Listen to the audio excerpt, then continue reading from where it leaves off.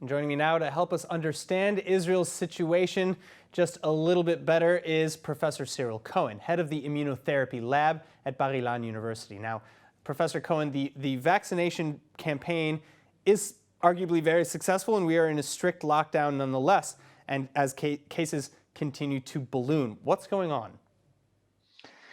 Basically, we have to understand that this is biology. We cannot expect a full vaccination program to be effective the day after, you started it, or even a month, because we know that these things take time. It's like, if you go to the gym, you don't expect to look like, I don't know, Arnold Schwarzenegger after 2 days when you trained. So we know that for the vaccine to be fully effective, you need to get the 2 doses and then again wait around 1 to 2 weeks.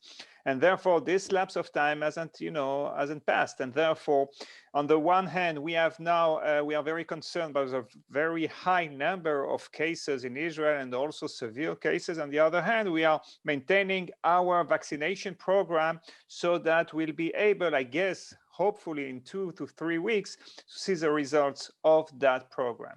All right, now, luckily, with respect to the vaccinations, most officials are fairly confident that these new RNA vaccines will be effective against new mutations of the virus, including the more infectious UK mutation, which is quickly becoming the dominant strain of infection here in Israel. What makes us so confident in that respect?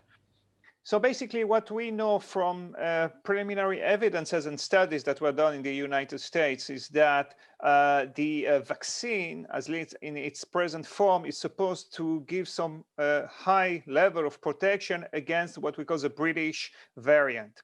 Now, the question is what is going to happen with the South African variant and the Brazilian variant. We don't have evidence that the Brazilian variant is already in Israel, but we know for sure that the South African is already in Israel. And here there are some conflicting reports about, the extent of protection provided by the vaccine, though we can be, I would say, confident to some extent the vaccine will protect, perhaps fully protect against the South African variant.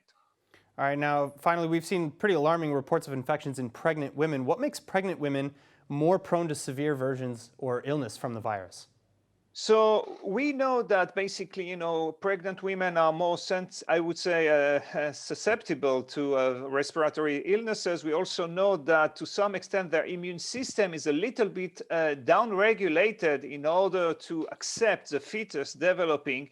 So that makes pregnant women, I would say, more susceptible to diseases. But here, what we know is that while the frequency of, I would say, infection is comparable to women at the same age that are not pregnant, in pregnant women, COVID-19 can be more severe, at least in 10 to 15% of the pregnant women. And therefore, that's what we are, of course, afraid of is going to happen. And we have seen in the past few days several cases of pregnant women that had to be delivered so that, we can save the baby and in parallel treat them. All right, well, we certainly hope that more people will get vaccinated, pregnant or otherwise. Professor Cohen, thank you so much for being with us. Thank you for your time. Thank you.